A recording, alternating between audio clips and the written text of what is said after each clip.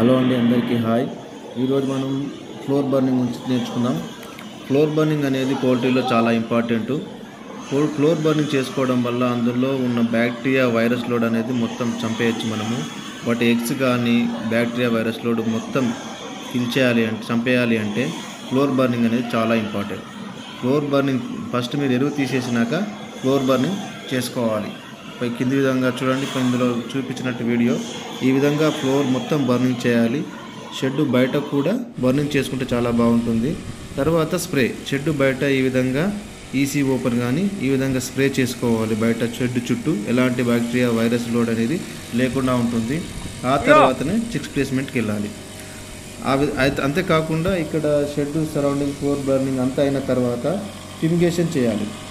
Fumigation అనేది 1000 square ఫీట్కి వచ్చేసి మీరు 500 grams bleaching powder, 1 litre carbonate సింపుల్గా ఈజీగా ఉంటుంది.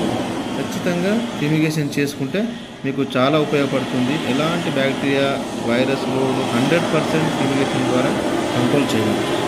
ఫ్లోర్ బర్నింగ్ అనేది ఫ్యూమిగేషన్ అనేది ఈసీలో కానీ ఓపెన్లో కానీ చాలా ఇంపార్టెంట్. ఇక్కడ రైట్ చేస్తున్నారు కదా, చూడండి ఈ విధంగా బర్నింగ్ చేసుకోవాలి. అదేవిధంగా షెడ్ మొత్తం రెడీ అయిన తర్వాత స్ప్రేలు కొట్టిన తర్వాత ఫ్యూమిగేషన్ అనేది ఈ విధంగా చేసుకుంటే సరిపోతుంది. Thanks for watching. Like and subscribe.